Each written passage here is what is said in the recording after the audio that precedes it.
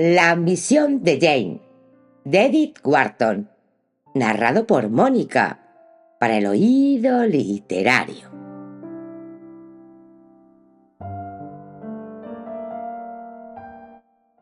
Capítulo 1. Algún cambio difícil de precisar en el aspecto de la señora Ledbury provocó que la mirada conyugal de su esposo, habitualmente indiferente, se demorara aquella noche sobre ella, por encima de la mesa dispuesta para la cena. «¡Qué atractiva te encuentro hoy! ¿Es nuevo ese vestido?». Ella le correspondió con una mirada vagamente resentida, como ofendida porque él la juzgase capaz de incurrir en la extravagancia de despilfarrar en un vestido solo para él, y justo entonces su marido cayó en la cuenta de que el cambio que había detectado iba más allá de la anécdota indumentaria. Un rubor sutil y amedrentado le demostró que su esposa era, a su vez, consciente de tal cambio. Una de las ventajas del infantilismo crónico de la señora Ledbury era que todavía se sonrojaba con la candidez de los 18 años. También su cuerpo había sido bendecido para no exceder a su mente, por lo que el uno y la otra, pensaba Ledbury, estaban destinados a surcar juntos una eterna adolescencia. «No sé a qué te refieres», repuso ella. Nunca parecía saberlo, y a su esposo no dejaba de asombrarle que semejante respuesta sonase invariablemente igual que una renovada crítica hacia su persona. Sin embargo, como su asombro carecía de resentimiento, le respondió de buen talante: «Es que estás tan deslumbrante que pensé que te habías puesto tus diamantes». Ella suspiró y se ruborizó aún más. «Debe de ser», continuó él, «que has estado en la inauguración del taller de alguna modista y irradias el placer de lo prohibido». Ella volvió a mirarle perpleja, y esta vez confundida por el adjetivo. Los adjetivos de su esposo, que se le antojaban ininteligibles y llenos de resonancias impúdicas, siempre lograban desconcertarla. «En resumen», concluyó el señor Ledbury, «en resumen que has estado haciendo algo de lo que te avergüenzas profundamente». Para su sorpresa, ella le replicó: «No veo por qué debería avergonzarme». Ledbury se reclinó hacia atrás con una sonrisa socarrona. Le gustaba prestar atención a las explicaciones de su esposa cuando no tenía nada mejor que hacer. «¿Y eso?», preguntó. Ella empezó a sofocarse y a proferir acusaciones. «Sé que te vas a reír. Todo te lo tomas a broma». «Vaya, no me agues la fiesta antes de tiempo», intervino él, pero ella, haciendo caso omiso, le espetó: «¿Es tan fácil reírse del mundo?». «Ah», murmuró Ledbury aliviado, «eso es de la tía Soforina, ¿no?». La mayor parte de las expresiones de su esposa eran reliquias de la familia, y a él le producían un inusitado placer averiguar la procedencia de cada una de ellas. La señora Ledbury se enorgullecía por lo arcaizante de tales expresiones y no veía razón para desecharlas mientras continuasen siendo útiles. Indudablemente, algunas eran tan exquisitas que, al igual que la porcelana de Crown Derby de la bisabuela, debían reservarse para ocasiones especiales.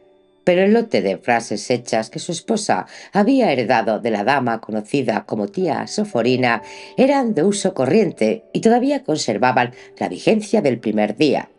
En cambio, según había comprobado la señora Ledbury, su esposo sustituía constantemente sus propias sentencias. Al principio de su matrimonio, ella esbozó una sutil tentativa de reproche, pero hacía tiempo que él la había silenciado para los restos con una sola respuesta: «Querida, no soy un hombre rico, pero si puedo evitarlo, no uso la misma frase 2 veces». Pues así, la señora Ledbury debía conformarse con rumiar para sus adentros las deficiencias morales de su esposo, de entre las que destacaba especialmente su negativa a tomarse las cosas en serio. En aquella ocasión, sin embargo, un propósito de mayor envergadura la disuadía de seguirle el juego. «No estoy en absoluta avergonzada», repitió ella con aire de quien hace ondear una bandera al viento. No obstante, la placidez de la aplastante atmósfera doméstica hizo que la bandera se abatiese con exigua heroicidad. «Eso», dijo Ledbury en tono judicial, «eso me lleva a inferir que deberías estarlo y por ende que te has permitido el lujo de hacer algo que sin duda yo no aprobaría». Ella reaccionó con una franqueza casi solemne. «No», dijo, «no lo aprobarías. Ya contaba con eso». «Oh», replicó él soltando su copa de licor. «Así que ya has solucionado el problema, ¿no?» «Eso creo». «Qué interesante para variar. ¿Y de qué se trataba?» Ella le miró impasible. «De un bebé». Pocas veces había conseguido sorprender a su esposo, pero esta vez, desde luego, se colgó una medalla. «¿Un bebé?» «Sí». «¿Un bebé humano?» «Naturalmente», protestó ella con el virtuoso reproche de una mujer que jamás permitiría que entraran perros en su casa. La mirada atónita de Ledbury se diluyó en una franca sonrisa. «¿Un bebé que yo no aprobaría?» «Bueno, tengo que reconocer que en términos abstractos no pienso mucho en ellos, la verdad». «¿Se trata de un bebé abstracto?» El adjetivo la hizo fruncir el ceño de nuevo, pero había alcanzado tal punto de exaltación que ningún obstáculo habría podido detenerla. «Del bebé más precioso», murmuró. «Ah, entonces se trata de uno concreto». «Existe. Respira con dolor en este mundo ingrato». «Es el bebé más saludable que he visto en mi vida», le corrigió ella indignada. «¿Lo has visto?» Volvió a embargarla un rubor traicionero. «Sí, lo he visto». «¿Y a quién pertenece el ínclito?» Y esta vez la respuesta de su mujer logró confundirlo por completo. «A mí, espero», declaró. Él echó la silla hacia atrás y murmuró con dificultad. «¿A ti?» «A nosotros», rectificó ella. «¡Santo cielo!», exclamó él.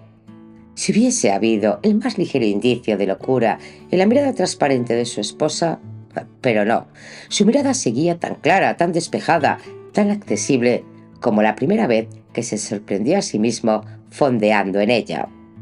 Tal vez estuviera tratando de ser graciosa.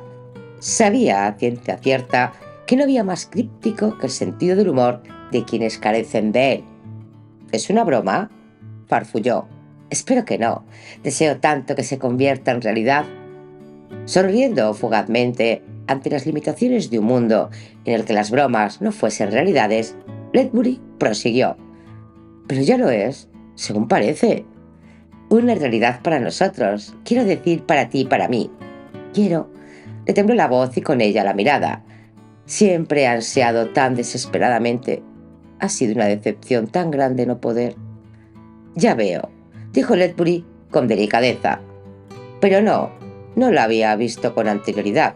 En aquel instante le pareció extraño que nunca antes se le hubiese pasado por la cabeza que su esposa pudiese sentirse así, que jamás hubiese sospechado de alguna complejidad oculta bajo su exultante simpleza. Se sentía como si hubiese activado un resorte secreto de su mente. Siguió un momento de silencio, lacrimoso y trémulo por parte de ella, algo embarazoso y vagamente contrariado por la de él. «Supongo que te has sentido sola», empezó él. Se le hacía raro tener que tratar de repente con la extraña que le miraba con aquellos ojos despojados de la trivialidad que él conocía. «De vez en cuando», repuso ella. «Lo siento.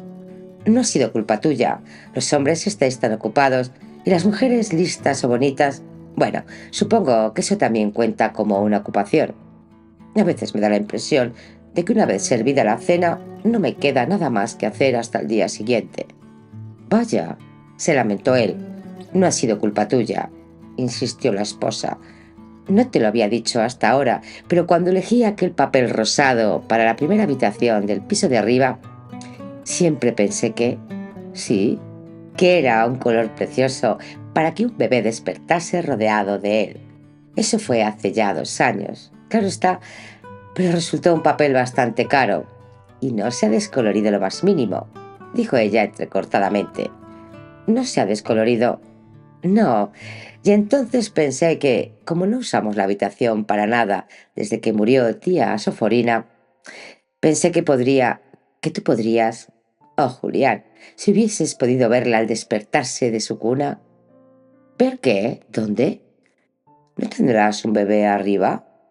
Oh, no, todavía no, contestó ella con su peculiar risa, esa fresca risa adolescente que al principio le pareció uno de sus mayores encantos. En aquel momento se le ocurrió a Ledbury que últimamente no le había proporcionado a su esposa muchos motivos para reír. Pero por otra parte, ella precisaba de cosas muy elementales y a él le resultaba tan difícil de entretener como un salvaje. De modo que había acabado por concluir que el problema radicaba en que él no era lo bastante simple. Alice dijo en un tono más bien grave: ¿Qué quieres decir exactamente? Ella vaciló unos instantes. Ledbury observó cómo reunía valor para un esfuerzo supremo. A continuación, con voz pausada y sentenciosa, como si recitase una oración sacramental, le explicó: Me siento tan sola, sin un hijo, que pensé que tal vez me dejarías adoptarlo. Está en el hospital. Su madre ha muerto, y yo la he mimado, vestido y cuidado. Y es un bebé tan bueno. Puedes preguntarle a cualquiera de las enfermeras. Nunca, nunca, nunca te molestaría con su llanto.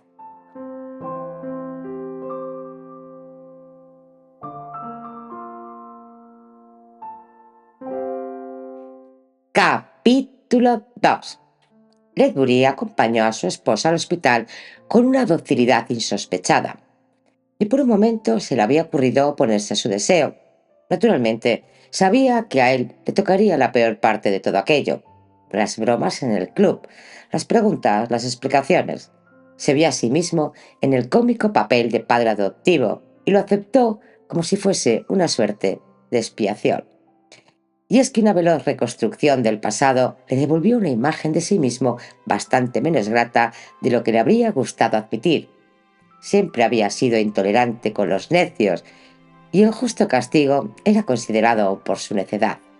Mientras recorría mentalmente los años que mediaban entre su matrimonio y la inesperada paternidad que acababa de asumir, y a la luz de su imaginación exaltada, detectó numerosos síntomas de extraordinaria estulticia. No es que hubiese dejado de creer que su esposa fuese necia. Era necia, limitada e inflexible, pero le producía cierta ternura los forcejeos de su mente obtusa, la manera en que éstos buscaban a ciegas las emociones primarias. Siempre había creído que la señora Ledbury sería más feliz con un hijo, pero lo había pensado de forma mecánica, solo porque así lo había pensado alguien previamente, solo porque estaba en la naturaleza de las cosas el pensar así de las mujeres, solo porque su esposa pertenecía tan indefectiblemente a su especie que se ajustaba a todos los tópicos que existían sobre su sexo. Pero Ledbury había considerado tales tópicos como un claro ejemplo del triunfo de la tradición sobre la experiencia. Sin duda, la maternidad era la función suprema de la mujer primitiva, el único fin hacia el cual tendía su organismo entero. Sin embargo, con el paso de los siglos, ambos sexos se habían visto afectados por la ley de la progresiva complejidad, y él no se había planteado seriamente que semejantes tópicos pudiesen seguir arraigados en el imaginario femenino, más allá de la ficción navideña y del arte anecdótico. Ahora comprendía que ambas artes se mantenían vivas gracias a la fuerza de los sentimientos, a los que, en último término, apelaban. En efecto, Ledbury había experimentado un rápido proceso de readaptación. Su matrimonio había sido un fracaso, pero había mantenido hacia su esposa la fidelidad en los actos que supuestamente justifica cualquier posible desviación de los sentimientos. Así pues, durante años, el vínculo entre ellos había consistido principalmente en abstenerse de hacer el amor a otras mujeres. Estando el mundo tan increíblemente bien surtido de la clase de mujeres con las que uno debió casarse y no lo hizo, la abstención no siempre le había resultado fácil. También Ledbury se había sentido tentado por estas alternativas. Compró su inmunidad al precio de recluirse en la atmósfera más bien enrarecida de sus propias percepciones, en un mundo tan limitado como el suyo, que había concedido excepcional importancia a los detalles, compensando así la estrechez de su horizonte con la minuciosidad de lo inmediato. Lo impetuoso rara vez se atrevía a posar su atolondrado pie en su universo de sutiles penumbras y exquisitas proporciones, un universo donde el festín de la razón jamás se veía perturbado por el inmoderado flujo del espíritu. Naturalmente, su mujer no estaba invitada a aquel banquete. El menú no habría sido de su agrado y con toda probabilidad habría puesto objeciones al resto de invitados. Pero puesto que, pese a sus evidentes errores de cálculo, Ledbury creía haber satisfecho plenamente todas las necesidades de su esposa, pensaba que se había ganado el derecho de disfrutar a placer de su comilona sin que nadie viniese a mendigar a su puerta. Sin embargo, ahora se figuraba constantemente a la señora Ledbury presionando su rostro hambriento contra las ventanas de su vida, y la viva imaginación de Ledbury inculcaba a la escena un dramatismo exacerbado por culpa de sus propias omisiones. Una vez en el hospital, su fantasía prosiguió su curso con más brío. Veía a su esposa con ojos nuevos. Antes de eso, ella solo había sido para Ledbury un racimo de negaciones, un laberinto de paredes sordas y de puertas con cerrojo. No había nada tras aquellas paredes, y las puertas no conducían a ningún sitio. Él las había tanteado y auscultado lo suficiente para cerciorarse de ello. Y sin embargo, ahora se sentía como el viajero que al explorar unas antiguas ruinas tropieza con una cámara secreta, preservada del expolio general, decorada con imágenes que revelaban las pretéritas funciones del recinto.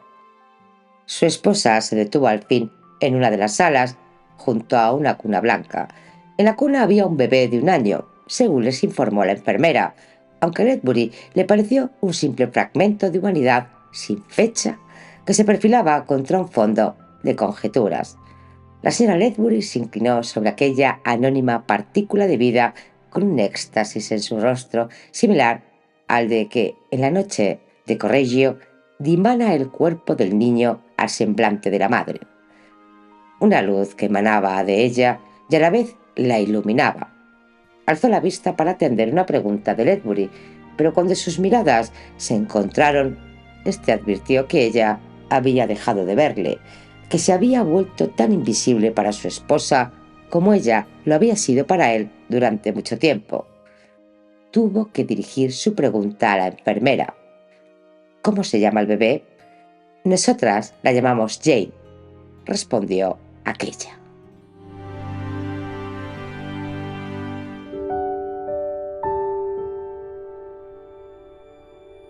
Capítulo 3.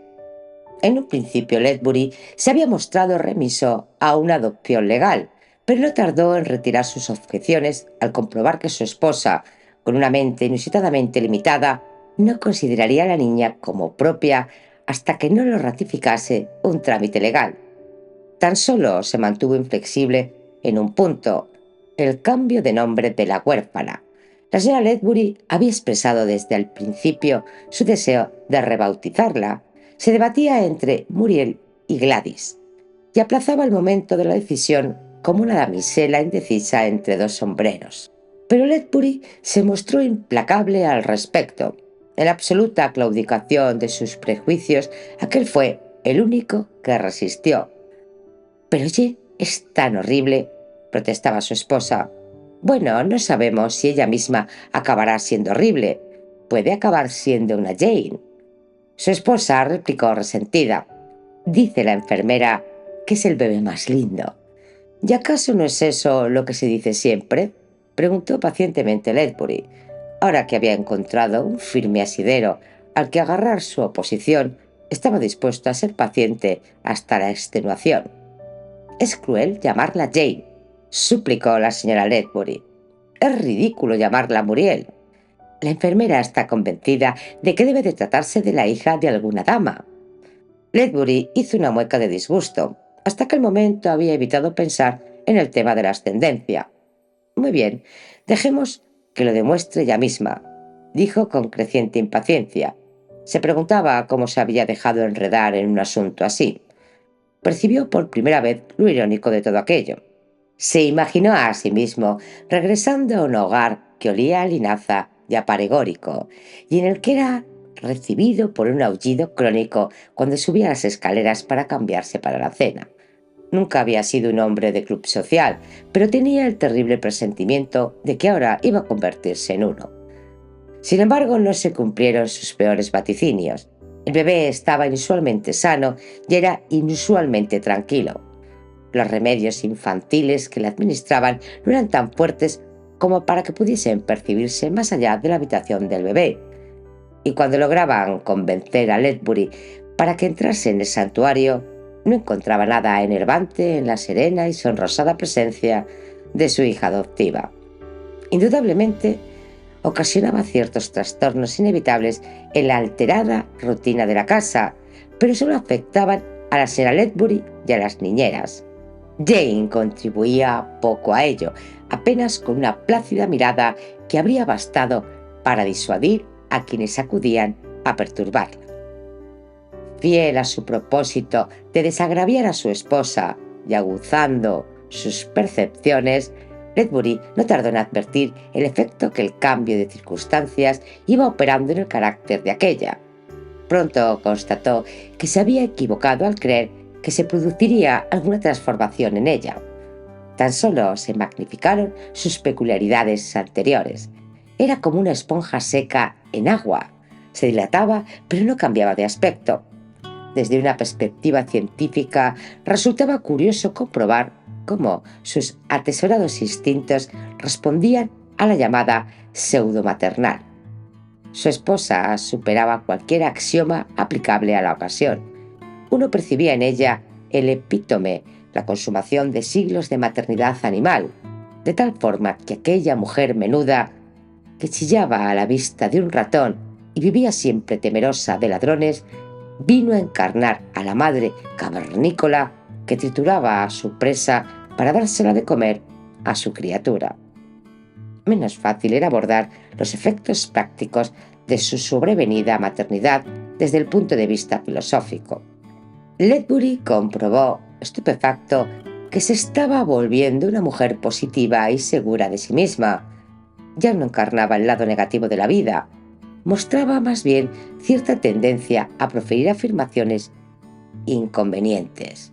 Poco a poco había ido ampliando su asunción de la maternidad hasta absorber la parte que le correspondía a él en dicha relación, de tal manera que de un día para otro se encontró convertido para todo el mundo en el padre de Jane. No había previsto dicha contingencia y tuvo que hacer acopio de toda su filosofía para aceptarla. Sin embargo, no faltaron ocasiones para sentirse compensado, porque sin duda la señora Ledbury era feliz por primera vez en años, y pensar que él había contribuido tardíamente a dicho fin le reconciliaba con lo paradójicos que habían sido los medios para alcanzarlo. Al principio solía censurarse a sí mismo por contemplar la situación desde fuera, por actuar como espectador en lugar de como parte implicada. Durante un tiempo le había atraído la idea de ver múltiples manos reunidas al borde de la cuna, tal como certifican todas las fuentes de la ficción doméstica. Pero a su entender, el hecho de que se tratase de una cuna prestada provocó que dicha conjunción no llegara a producirse nunca. La pequeña no le incomodaba.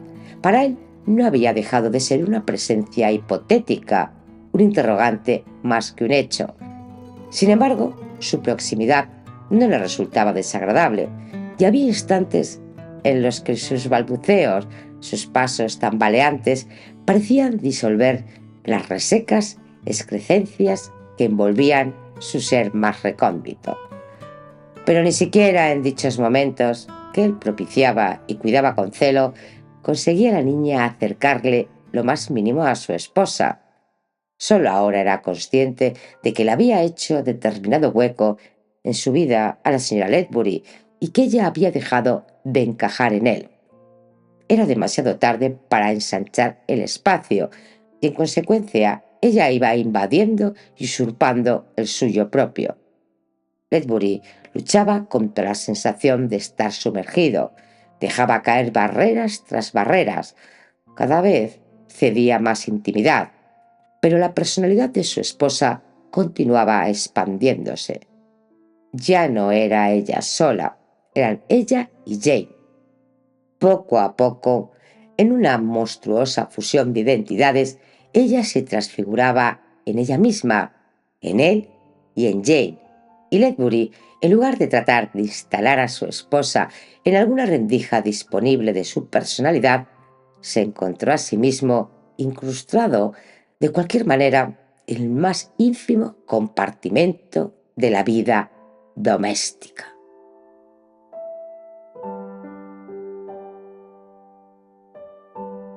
Capítulo 4. Ledbury se convencía a sí mismo de que se daba por satisfecho si su esposa era feliz, y hasta que la niña no cumplió 10 años, no albergó ninguna duda respecto a dicha felicidad. Jane había sido una niña excepcionalmente buena. Durante aquellos años no había causado a sus padres adoptivos ningún motivo de inquietud, aparte de los relacionados con la habitual sucesión de enfermedades infantiles. Sus desconocidos progenitores la habían dotado de una constitución robusta que la hizo salir incólume del sarampión, de la varicela y de la tosferina. La señora Ledbury, cuya fiebre subía y bajaba con la del paciente, sufrió de esa forma indirecta todos sus padecimientos y no podía ver estornudar a Jane sin vislumbrar un ángel de mármol llorando sobre una columna rota.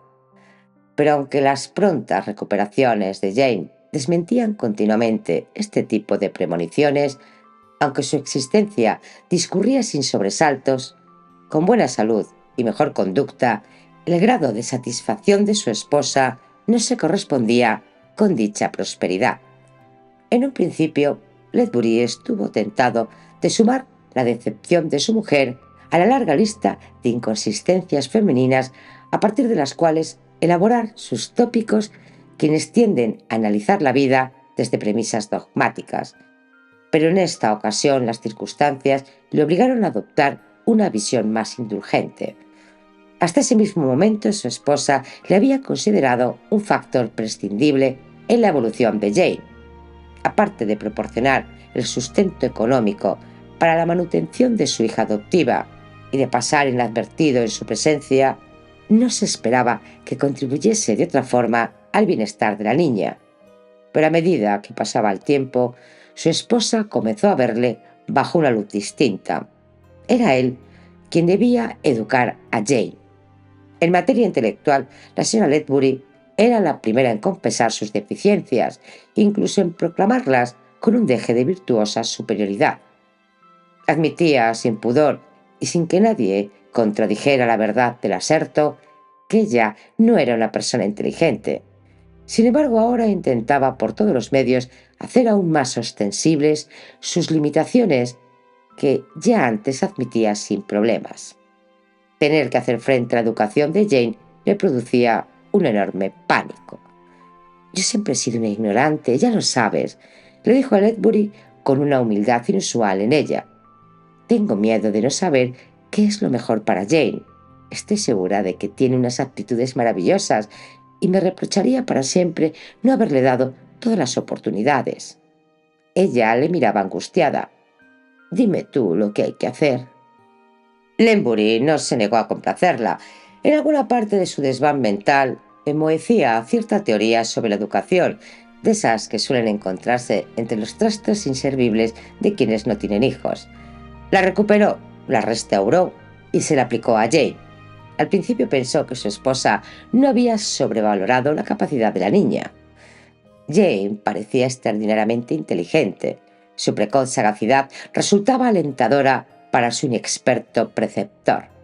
Carecía de problemas de atención y Ledbury percibía que cada dato que impartía quedaba grabado a fuego en su mente. Ayudó a su esposa a contratar a los mejores profesores y durante un tiempo siguió mostrando un interés extraoficial por los estudios de su hija adoptiva. Pero poco a poco ese interés fue decayendo. Las ideas de Jane no progresaban con los conocimientos que ponían a su alcance.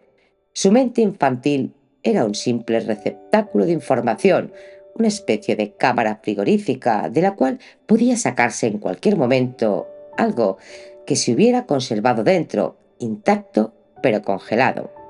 Por otra parte, desarrolló un desmesurado orgullo respecto a la capacidad de su almacén mental, así como cierta propensión a esparcir indiscriminadamente su contenido entre su público. En una ocasión la sorprendieron burlándose de su niñera por ignorar esta cuando había caído la heptaquia anglosajona, y aturdía o deprimía alternativamente a la señora Ledbury con la abundancia de sus referencias cronológicas, pero no mostraba interés alguno por el significado de la información que acumulaba. Se limitaba a coleccionar fechas como cualquier otro chiquillo coleccionaba sellos o canicas. A su madre adoptiva le parecía un prodigio de sabiduría, pero Ledbury notaba, con secreta simpatía incipiente, que eran precisamente las aptitudes elogiadas por la señora Ledbury las que poco a poco la iban distanciando de su propietaria. «Se está volviendo demasiado lista para mí», le comentó su esposa tras una de las históricas peroratas de Jane. «Pero me alegra mucho que pueda convertirse en una buena compañía para ti». Ledbury se estremeció interiormente. No ansiaba en modo alguno la compañía de Jane. Seguía siendo una niña irreprochable, pero había algo mecánico y rígido en su afabilidad, como si fuese una especie de calistenia moral, en la que se ejercitaba con el único fin de exhibir su agilidad. Un conocimiento precoz de la virtud provocó además que se erigiera en guardiana natural y consejera de sus mayores. Antes de cumplir los 15, ya se había puesto a reformar la casa. En primer lugar, la emprendió con la señora Ledbury. A continuación, extendió sus esfuerzos al personal de servicio, con desastrosas consecuencias para la armonía doméstica. Y por último, se consagró al mismo Ledbury en cuerpo y alma.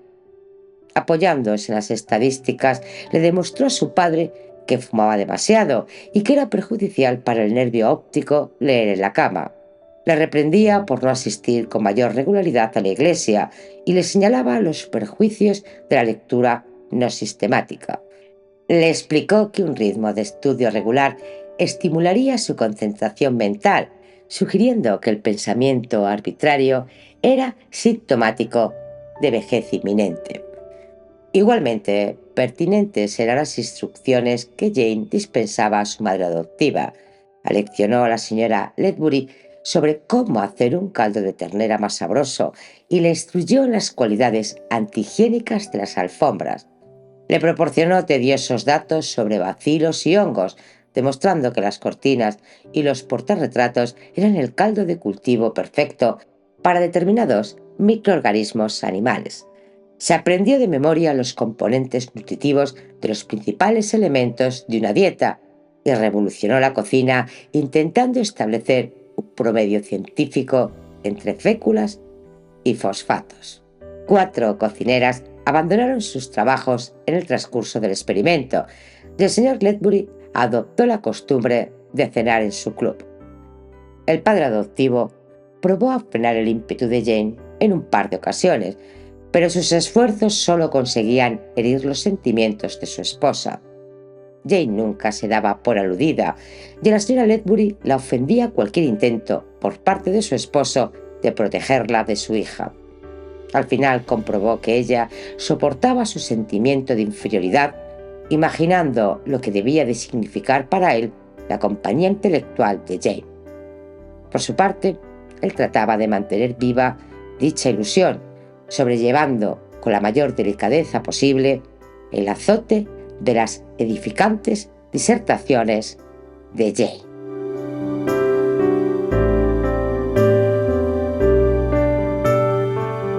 Capítulo 5.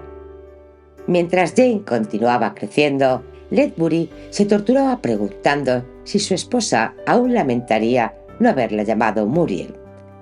Jane no era fea, por el contrario, desarrolló una especie de belleza radical que bien podría haber sido una proyección de su mente. Poseía una encomiable colección de bellos rasgos, pero hubiera sido necesario inventariarlos para llegar a la conclusión de que resultaba atractiva. Faltaba en el conjunto la gracia que los habría hecho armónicos. La señora Ledbury siguió con conmovedor orgullo los primeros pasos de su hija en el mundo. Confiaba en que el aspecto de Jane le haría ganarse a quienes no lograsen seducirla con su saber.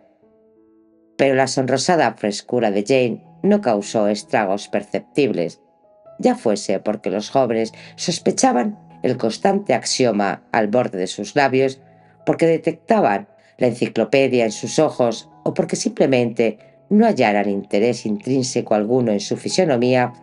Lo cierto es que, pese a los heroicos esfuerzos de su madre y las incesantes apelaciones a la cartera de Ledbury, al término de su primera temporada social, Jane se había quedado inevitablemente relegada. Unas cuantas chicas más aburridas que ella la encontraron interesante y un par de jóvenes se acercaron por la casa con objeto de conocer a otro par de chicas. Pero la realidad era que Jane se estaba convirtiendo a marchas forzadas en la típica supernumeraria social a la que solo os invita a salir de vez en cuando porque figura en la lista de compromisos de alguien. Fue un amargo revés para la señora Ledbury.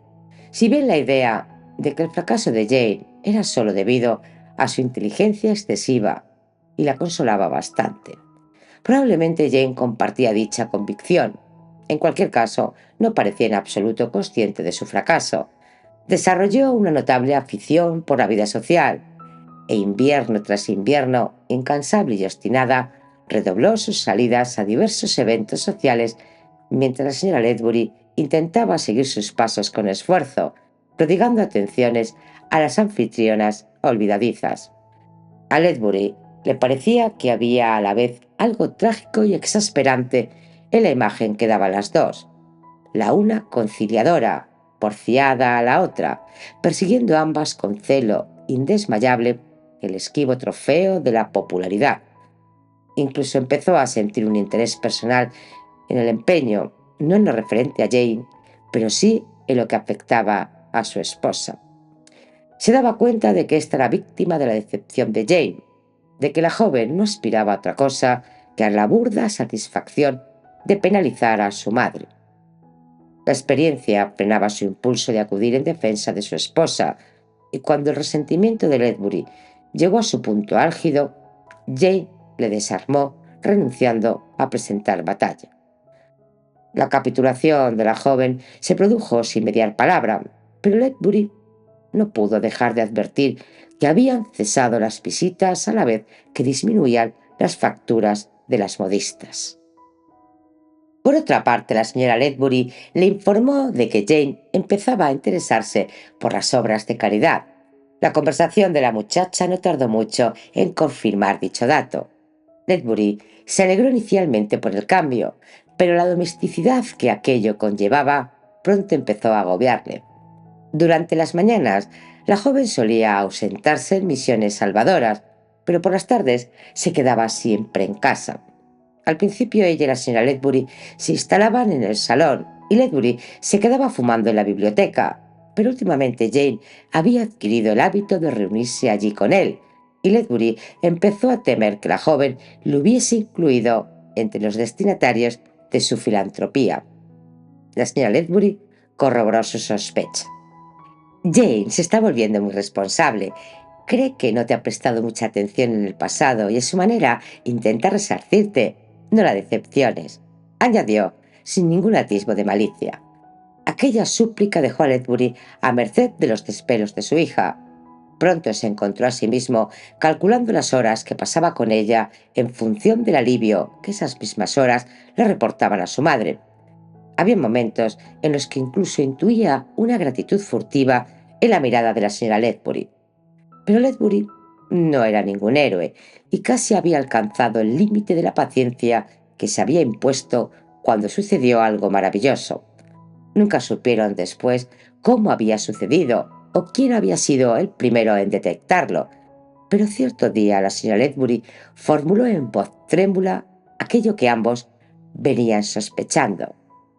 Por supuesto, él viene por aquí para ver a Elisa. La joven en cuestión, amiga de Jane, era dueña de una serie de encantos que constituían la única explicación plausible para la presencia de visitantes masculinos en la casa. Ledbury se aventuró a contradecirla. No creo que sea por eso, declaró. Pero todos piensan que Lisa es muy atractiva, insistió ella. Ante eso no hay nada que hacer, comentó Ledbury con terquedad. Percibió una sutil sonrisa en los ojos de su esposa, pero ella comentó distraídamente. El señor Booth sería un gran partido para Elisa. Ledbury apenas pudo reprimir la carcajada. Advertía claramente que ella se proponía granjearse de algún modo el favor de los dioses. Durante un par de semanas, ninguno de los dos volvió a mencionar el tema, pero transcurrido cierto tiempo, la señora Ledbury retomó el asunto. Hace ya un mes que Lisa se marchó al extranjero. Tanto, y parece que el señor Booth sigue viniendo por aquí con la misma asiduidad. Ah, contestó Ledbury con heroica indiferencia. Su esposa cambió apresuradamente de tema.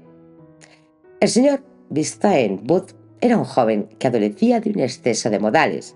La cortesía emanaba de él a borbotones, incluso en las temporadas más áridas. Siempre estaba organizando torneos de galantería de salón y la proximidad de la dama más anodina le provocaba unos aspamientos que constituían un verdadero peligro para el mobiliario. Sus rasgos del tipo querúbico no se ajustaban a su papel, pero eventualmente parecía dominarlos hasta lograr encajarlos en un ideal aquilino. El amplio radio de acción de la prodigalidad social del señor Booth hacía que no fuese tarea sencilla el identificar a su propia destinataria. Extendía su manto de manera tan indiscriminada que uno no siempre conseguía interpretar sus intenciones. Por su parte, el talante impasible de Jane obligaba al joven a redoblar sus esfuerzos, abocándole a unas cortesías que rayaban el paroxismo. En un principio las galanterías del pretendiente invadieron toda la casa, pero poco a poco se hizo evidente que sus efectos más deslumbrantes iban dirigidos exclusivamente a Jane. Ledbury y su esposa contenían el aliento y evitaban mirarse. Fingían no advertir lo asiduo de las visitas del señor Booth y luchaban contra la imprudente tentación de dejar a la joven pareja demasiado tiempo a solas. Extraían sus conclusiones a partir de una vigilancia subrepticia, pues ninguno de los dos se arriesgaba a ser sorprendido espiando al señor Booth. Actuaban como naturalistas tras el rastro de una mariposa exótica.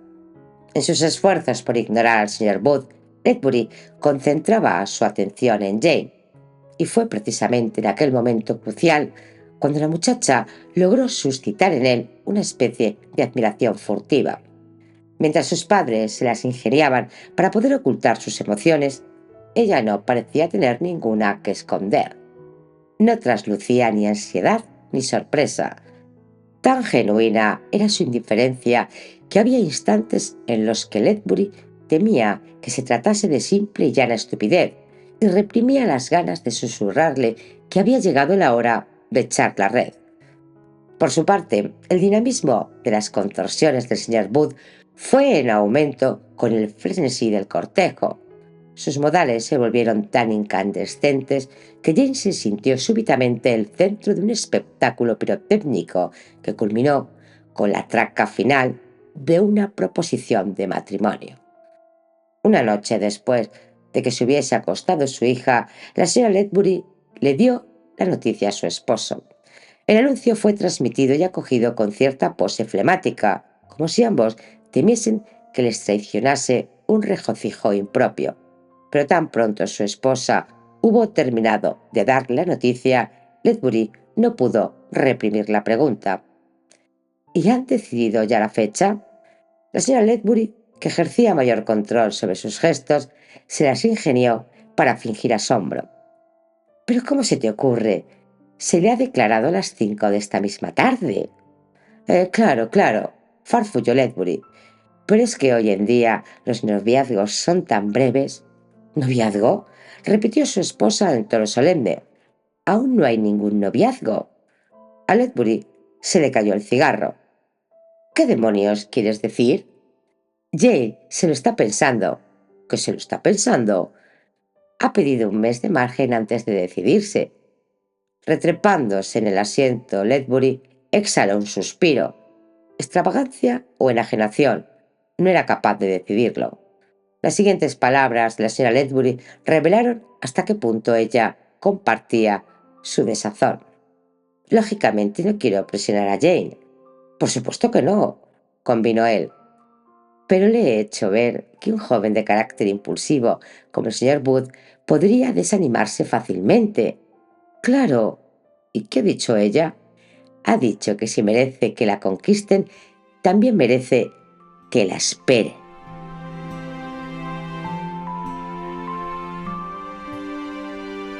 Capítulo 6. El periodo de prueba no fue tan acongojante para el señor Booth como para sus potenciales suegros. La señora Ledbury intentó, valiéndose de diversas artimañas, reducir en lo posible el tiempo de suplicio, pero Jane se mostró inflexible. Cada mañana Ledbury bajaba a desayunar esperando encontrar una nota de claudicación del desalentado pretendiente. Cuando finalmente llegó el día decisivo y al caer la noche, la señora Ledbury entró en la biblioteca con aire de alegría reprimida. Los dos permanecieron un momento sin decir nada. A continuación, la señora Ledbury cumplió con el oportuno decoro anunciando entre sollozos: «Será terrible tener que renunciar a ella». Ledbury no pudo evitar un gesto de extrañeza, pero su estupor no le impidió constatar que la desolación de su mujer era sincera. «Claro, claro», dijo, rebuscando inútilmente en su propia planicie emocional una aflicción a la altura de la de su mujer. Y eso que había sido su esposa quien más había sufrido a causa de Jane. Ledbury había imaginado que tales sufrimientos se disiparían en la atmósfera más sosegada de sus últimas semanas juntas. Pero la felicidad no apaciguó a Jane, ni por un instante atenuó su despotismo, simplemente lo amplió para acoger a una nueva víctima. El señor Booth se encontró a sí mismo obedeciendo órdenes como los demás. Un nuevo temor atenazó a Ledbury cuando vio a Jane asumir el control prenupcial de su prometido. Él nunca se había interesado personalmente por el señor Booth, pero como futuro marido de Jane, el joven gozaba de su simpatía.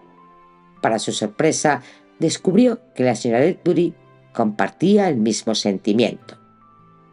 «Temo que pueda encontrar a Jane un poco exigente», comentó tras una tarde de tormentosas discusiones sobre los preparativos de la boda. «Verdaderamente ella debería hacer algunas concesiones. Si él quiere casarse con levita negra en lugar de gris oscura». Se detuvo y miró dubitativamente a su esposo. «¿Qué puedo hacer yo al respecto?», preguntó él. «¿Podrías explicarle a él, decirle que Jane no es siempre tan...». Ledbury hizo un gesto de impaciencia. «¿De qué tienes miedo? ¿De que descubra cómo es ella o de que no lo descubra?». La señora Ledbury se sonrojó. «¿Lo expresas de un modo tan espantoso?». Su esposo reflexionó durante unos segundos y a continuación dijo en tono de jubilosa hipocresía: «Después de todo, Booth es bastante mayor para cuidar de sí mismo». Pero al día siguiente la señora Ledbury le dio una sorpresa. Ya avanzada la tarde, entró en la biblioteca jadeante y expresándose con tanta dificultad que él presintió alguna catástrofe. «Lo he hecho», exclamó. «¿Qué has hecho qué?». «Se lo he dicho». Señaló la puerta con la cabeza. «Acaba de marcharse. Jane había salido y he tenido ocasión de hablar con él a solas». Ledbury le acercó una silla y ella se sentó cómodamente. «¿Qué le has dicho?». «Que ella no siempre es...». La señora Ledbury le miró con expresión dramática. «No, le he dicho que ella siempre es... que siempre es...». Sí, se produjo un silencio. Ledbury apeló a sus provisiones de filosofía. De repente imaginó a Jane reinstalada en su butaca junto a la chimenea de la biblioteca, pero reaccionó con súbita emoción ante el heroísmo de su esposa. Bueno, ¿y qué ha dicho él? La señora Ledbury pareció todavía más inquieta. Estaba claro que había ocurrido lo peor. Dijo que nosotros nunca habíamos entendido a Jane, que no la valorábamos. Las sílabas finales se extraviaron en su pañuelo. Seguidamente la señora Ledbury abandonó la habitación, dejando a su esposo sumido en un total desconcierto acerca de las motivaciones femeninas. Después de aquello, Ledbury afrontó el futuro sin más remordimientos. Habían cumplido con su deber, o al menos su esposa había cumplido con el suyo, y ahora recolectaban la habitual cosecha de ingratitud con un entusiasmo impropio de lo cosechado. Se produjo un cambio sustancial en la actitud del señor Booth, y su creciente frialdad transmitía una sensación de bienestar que se propagaba por el organismo entero de Ledbury. Resultaba más fácil aguantar a Jane a la luz de la actitud reprobadora que hacia ellos había adoptado el señor Booth. Y verdaderamente hubo mucho que aguantar durante los últimos días, siendo la señora Ledbury quien se llevó la parte peor. Jane inauguró su transición al estado de casada con una preceptiva, aunque incongruente, exhibición de nervios. Le dio por ponerse sentimental, histérica y negativa. Se peleó con su prometido amenazando con devolverle el anillo. La señora Ledbury se vio obligada a intervenir, y Ledbury sintió la espada de Damocles pendiendo sobre su cabeza. Pero el desastre logró evitarse. La galantería del señor Booth resistió los caprichosos embates de su prometida, si bien tanta devoción conseguía exacerbar la crueldad de la joven. Ledbury temía que Booth fuese demasiado leal, demasiado permisivo, y anhelaba instarle a cambiar de táctica. Finalmente Jane reapareció con el anillo en el dedo y consintió en probarse el traje de novia. Pese a todo, sus titubeos y sus reacciones extemporáneas se prolongaron hasta la víspera. Cuando amaneció el día tan esperado, Ledbury continuaba sumido en la zozobra. Ahora que se sentía razonablemente seguro respecto a los actores principales, sus temores se centraban en las posibles contingencias. El sacerdote podría sufrir un infarto, la iglesia podría venir abajo a causa de un incendio o podría surgir alguna irregularidad con la licencia. Hizo todo lo humanamente posible para combatir dichos riesgos, pero siempre quedaba pendiente ese otro factor impredecible conocido como la mano de Dios. A Ledbury le parecía sentirla revoloteando sobre su cabeza. Una vez en la iglesia, la mano divina estuvo a punto de agarrarle por el cogote. El señor Booth se retrasaba y durante 5 agónicos minutos Ledbury y Jane tuvieron que enfrentarse a una feligresía rebosante de conjeturas. Al final apareció el novio, azorado pero galante, explicándole a su suegro, por lo bajo, que se le había desgarrado un guante y había tenido que volver a buscar otro. «A ver si vas a perder también el anillo», le susurró Ledbury, pero el señor Booth sacó el objeto al instante y unos minutos más tarde llevaba cautiva a su portadora a lo largo del pasillo. En el transcurso del desayuno nupcial, Ledbury advirtió que su esposa le clavaba una mirada de discreto reproche y comprendió que su hilaridad excedía los límites de lo decoroso. Se recompuso e intentó moderar el tono, pero su júbilo burbujeaba como una copa de champán, cuyo contenido no deja de renovarse. Cuanto más bebía, más elevaba la voz. El punto culminante se produjo cuando, dispersándose ya los últimos invitados, Jane bajó vestida para el viaje y se desplomó sobre el cuello de su madre. «No puedo dejarte», se lamentó entre sollozos, e instantáneamente Ledbury se sintió tan sobrio como hubiera podido estarlo alguien bajo el chorro de una ducha. Pero si la novia parecía indecisa, su captor se mostró implacable. Nunca antes había estado el señor Booth más arrogante y aquilino. Los últimos temores de Ledbury se disiparon cuando el joven apartó bruscamente a Jane del regazo de su madre y la condujo hasta el carruaje. El carruaje se alejó. La última empleada abandonó su puesto en el guardarropa y se plegó la alfombra roja y se cerró la puerta de la casa. Ledbury permaneció unos minutos en el vestíbulo a solas con su esposa. Cuando se volvió hacia ella, reparó en la mirada, el vencido heroísmo de sus ojos, en las marcadas arrugas de su rostro. Todo en ella traslucía con tanta exactitud lo que él mismo sentía que no pudo evitar enternecerse. La tensión nerviosa había sido formidable. Se acercó a su esposa y ésta, por un impulso recíproco, apoyó una mano en su brazo. Él la retuvo allí durante unos instantes. «Salgamos a cenar los dos tranquilamente a un restaurante», propuso él. Hubo un tiempo en que una proposición así habría constituido para ella una reprobable improvisación, pero esta vez aceptó sin pensarlo. «Oh, estupendo», murmuró con un profundo suspiro de alivio y de bienestar. Después de todo, Jane había cumplido su misión. Había conseguido unirlos. Espero que os haya gustado. Por favor, suscribirse, comentar y dar me gusta. Con ello me ayudas a seguir leyendo historias.